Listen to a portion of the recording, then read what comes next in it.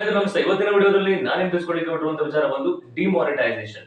ಏನ್ ಡಿಮಾನಿಟೈಸೇಷನ್ ಅಂತಂದ್ರೆ ರೂಪಾಯಿ ಅಪಮೌಲ್ಯೀಕರಣ ಅಥವಾ ಸಿಂಪಲ್ ಆಗಿ ಹೇಳ್ಬೇಕು ಅಂತಂದ್ರೆ ನೋಟ್ ಬ್ಯಾನ್ ಅಂತ ಕರೀತಾ ಹೋಗ್ತೀವಿ. ನೋಟ್ ಬ್ಯಾನ್ ಬಗ್ಗೆ ತಿಳ್ಕೊಳ್ತಾ ಹೋಗೋಣ. ಡಿಮಾನಿಟೈಸೇಷನ್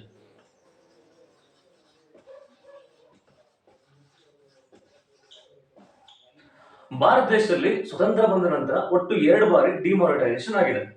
1978ರಲ್ಲಿ ಮೊರಾರ್ಜಿ ದೇಸಾಯಿ ಅವರ ಸರ್ಕಾರ ಇದ್ದಂತ ಸಂದರ್ಭದಲ್ಲಿ 1978 in the year 1978 Morarji Desai ಅವರು ಪ್ರಧಾನಮಂತ್ರಿಗಳಾಗಿರ್ತಾರೆ. ಆ ಸಂದರ್ಭದಲ್ಲಿ ಭಾರತ ದೇಶದಲ್ಲಿ ಡಿಮಾನಿಟೈಸೇಷನ್ ಆಗಿದೆ. ಅವಾಗ ಯಾವೆಲ್ಲ ನೋಟ್ಗಳು ಡಿಮಾನಿಟೈಸ್ ಆಗಿದೆ ಅಂತಂದ್ರೆ 1000 ರೂಪೀಸ್, 5000 ರೂಪೀಸ್ ಮತ್ತೆ 10,000 ರೂಪೀಸ್ ನೋಟ್ ಕೂಡ ಆ ಸಂದರ್ಭದಲ್ಲಿ ಇತ್ತು. ಈ ಡಿನಾಮಿನೇಷನ್ ನೋಟ್ಸ್ ಗಳು 1978ರಲ್ಲಿ ಡಿಮಾನಿಟೈಸೇಷನ್ ಆಗಿದೆ. ಓಕೆ, ಮೋಸ್ಟ್ ಇಂಪಾರ್ಟೆಂಟ್ ಯಾವುದು ನಮಗೆಲ್ಲ ಗೊತ್ತಿರೋದು ಅಂತಂದ್ರೆ 2016 ನವೆಂಬರ್ 8 ಆದಂತ ಡಿಮಾನಿಟೈಸೇಷನ್. ನರೇಂದ್ರ ಮೋದಿ ಅವರು 2016 ನವೆಂಬರ್ 8ರಂದು ಡಿಮಾನಿಟೈಸೇಷನ್ ಮಾಡ್ತಾ ಹೋಗ್ತಾರೆ. ಓಕೆ, ಡಿಮಾನಿಟೈಸೇಷನ್ ಯಾವ ಉದ್ದೇಶ ಇಟ್ಕೊಂಡು ಮಾಡಿದ್ರು, ಆ ಉದ್ದೇಶಗಳೆಲ್ಲವೂ ಕೂಡ ಈಡೇರುತ್ತವಾ ಅಥವಾ ಆ ಉದ್ದೇಶಗಳೆಲ್ಲವೂ ಕೂಡ ವಿಫಲವಾದವಾ ಅನ್ನೋದನ್ನ ಈ ವಿಡಿಯೋದಲ್ಲಿ ತಿಳ್ಕೊಳ್ತಾ ಹೋಗೋಣ. ಓಕೆ, 2016 ನವೆಂಬರ್ 8ರಲ್ಲಿ ಡಿಮಾನಿಟೈಸೇಷನ್ ಮಾಡಿದ್ದು ನರೇಂದ್ರ ಮೋದಿ ಅವರು. ಯಾವ ನೋಟ್ಸ್ ನ ಬ್ಯಾನ್ ಮಾಡಿದ್ರು ಅಂತಂದ್ರೆ 500 ರೂಪಾಯಿ ಮತ್ತೆ 1000 ರೂಪಾಯಿ ನೋಟ್ಸ್ ನ ಏನ್ ಮಾಡ್ತಾರೆ, ಬ್ಯಾನ್ ಮಾಡ್ತಾರೆ.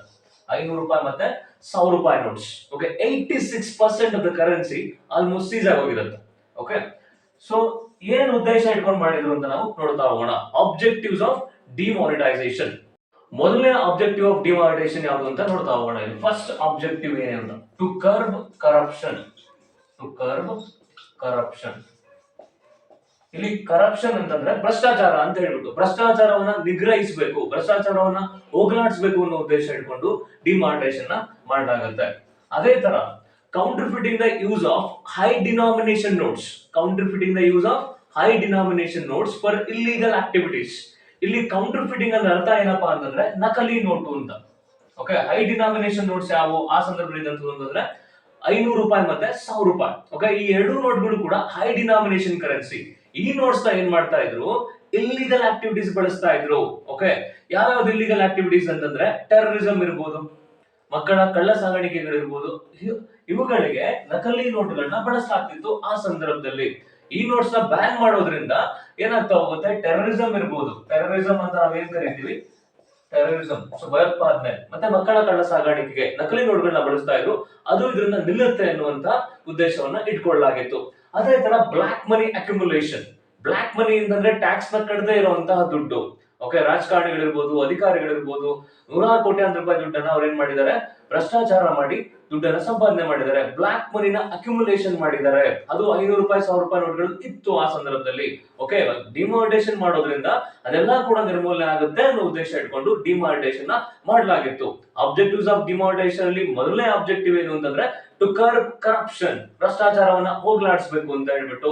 ಅದೇ ತರ ಹೈ ಡಿನಾಮಿನೇಷನ್ ನೋಟ್ಸ್ ನ ಇಲ್ಲಿಗಲ್ ಆಕ್ಟಿವಿಟೀಸ್ ಬಳಸ್ತಾ ಇದ್ರು, ಅದನ್ನ ತಡೆ ಹಿಡಿಬೇಕು ಅನ್ನೋದು ಒಂದ್ ಕಾರಣ ಆಗಿತ್ತು. ಅದೇ ರೀತಿಯಲ್ಲಿ ಮೋಸ್ಟ್ ಇಂಪಾರ್ಟೆಂಟ್ ಪಾಯಿಂಟ್ ಏನಪ್ಪಾ ಅಂದ್ರೆ ಬ್ಲಾಕ್ ಮನಿ ಅಕ್ಯುಮುಲೇಷನ್ ಏನಾಗಿತ್ತು, ಸೊ ಅದನ್ನ ಎರಾಡಿಕೇಟ್ ಮಾಡಬೇಕು ಅನ್ನುವಂತ ಉದ್ದೇಶವನ್ನ ಹೊಂದಲಾಗಿತ್ತು. ಇಷ್ಟು ಕೂಡ ಆಬ್ಜೆಕ್ಟಿವ್ಸ್ ಆಫ್ ಡಿಮಾನಿಟೈಸೇಷನ್. ಈ ಆಬ್ಜೆಕ್ಟಿವ್ಸ್ ಗಳು ಸಕ್ಸಸ್ಫುಲ್ ಆದ್ವಾ ಅಂತಂದ್ರೆ ಇವತ್ತಿನ ಸಂದರ್ಭದಲ್ಲಿ ನೋಡಿದ್ರೆ, ಇವತ್ತಿನ ಸಂದರ್ಭದಲ್ಲೂ ಕೂಡ ನಕಲಿ ನೋಟುಗಳು ಇದಾವೆ, ಇಲ್ಲ ಅಂತ ನಾವು ಹೇಳಕ್ಕಾಗಲ್ಲ. ಅದೇ ತರ ಕರಪ್ಷನ್ ಹೋಗಿದ್ಯಾ, ಕರಪ್ಷನ್ ಇವತ್ತಿಗೂ ಕೂಡ ಇದೆ. ಓಕೆ, ಬ್ಲಾಕ್ ಮನಿ ಇಲ್ವಾ, ಬ್ಲಾಕ್ ಮನಿ ಇವತ್ತಿಗೂ ಕೂಡ ಇದೆ. ಓಕೆ, 16 lakh crores ಇದೆ ಅನ್ನುವಂಥದ್ದು RBI 500 ರೂಪಾಯಿ ಮತ್ತೆ 1000 ರೂಪಾಯಿ ನೋಟ್ಸ್ ಗಳು 16 lakh crores ಇದೆ, 16 ಲಕ್ಷ ಕೋಟಿ ಇತ್ತು ಅನ್ನುವಂಥದ್ದು. ಅದ್ರಾಗ ಆಲ್ಮೋಸ್ಟ್ 99% ಅಷ್ಟು ದುಡ್ಡು ವಾಪಸ್ ಬಂದ್ಬಿಟ್ಟಿದೆ. ಓಕೆ, 2.5 ಇಂದ 3 ಲಕ್ಷ ಕೋಟಿ ಅಷ್ಟು ದುಡ್ಡು ವಾಪಸ್ ಬರಲ್ಲ ಅನ್ನುವಂತ ಒಂದು ಅಂದಾಜನ್ನ ಮಾಡಲಾಗಿತ್ತು. ಬಟ್ ಆದ್ರೆ 99% ಅಷ್ಟು ದುಡ್ಡು ಏನಾಯ್ತು, ವಾಪಸ್ ಬಂದ್ಬಿಡ್ತು. ಓಕೆ, ಹಾಗಾಗಿ ಬ್ಲಾಕ್ ಮನಿನ ಎರಾಡಿಕೇಶನ್ ಮಾಡಕ್ಕಾಯ್ತಾ ಅಂದ್ರೆ ಸಾಧ್ಯ ಆಗ್ಲಿಲ್ಲ. ಇದರಿಂದ ಪಾಸಿಟಿವ್ ಇಂಪ್ಯಾಕ್ಟ್ಸ್ ಕೂಡ ಇದೆ.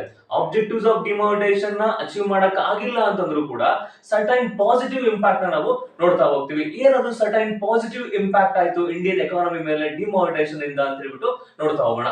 ಪಾಸಿಟಿವ್ ಇಂಪ್ಯಾಕ್ಟ್ ಆಫ್ ಡಿಮಾನಿಟೈಸೇಷನ್ ನ ಮೊದಲನೇ ಪಾಯಿಂಟ್ ನಾವು ನೋಡ್ತಾ ಹೋದ್ರೆ ಇಲ್ಲಿ increase in tax collection. Tax collection ಏನಾಯ್ತು, ಸರ್ಕಾರಕ್ಕೆ ಜಾಸ್ತಿ ಇನ್ಕ್ರೀಸ್ ಆಗೋದಕ್ಕೆ ಸಾಧ್ಯ ಆಗ್ತಾ ಹೋಯ್ತು. ಓಕೆ, 2016 ನವೆಂಬರ್ 8ರ ನಂತರ ಏನ್ ಡಿಮಾನಿಟೈಸೇಷನ್ ಆಯ್ತು, ಇದರಿಂದ ಜನ ಟ್ಯಾಕ್ಸ್ ಕಟ್ಟೋದಕ್ಕೆ ಸ್ಟಾರ್ಟ್ ಮಾಡ್ತಾರೆ, ಅಂದ್ರೆ ಜಾಸ್ತಿ ಟ್ಯಾಕ್ಸ್ ಕಟ್ಟೋದಕ್ಕೆ ಸ್ಟಾರ್ಟ್ ಮಾಡ್ತಾರೆ. ತಮ್ಮ ಇನ್ಕಮ್ ನ ಡಿಸ್ಕ್ಲೋಸ್ ಮಾಡ್ಕೊಳ್ತಾ ಹೋಗ್ತಾರೆ. ಜೊತೆಗೆ ಸರ್ಕಾರಕ್ಕೆ ಆದಾಯ ತೆರಿಗೆ ಕೂಡ ಏನಾಗುತ್ತೆ, ಜಾಸ್ತಿ ಬರುತ್ತೆ ಡಿಮಾನಿಟೈಸೇಷನ್ ಆದ ನಂತರ. ಇದು ಒಂದು ಮೇಜರ್ ಪಾಯಿಂಟ್. ಎರಡನೇ ಮೇಜರ್ ಬಿಗ್ಗೆಸ್ಟ್ ಬೆನಿಫಿಟ್ ಏನಾಯ್ತು ಅಂತಂದ್ರೆ ಡಿಜಿಟೈಸೇಷನ್. ಡಿಜಿಟಲ್ ಟ್ರಾನ್ಸಾಕ್ಷನ್ಸ್ ಗಳ ಸಂಖ್ಯೆ ಹೆಚ್ಚಾಯ್ತು.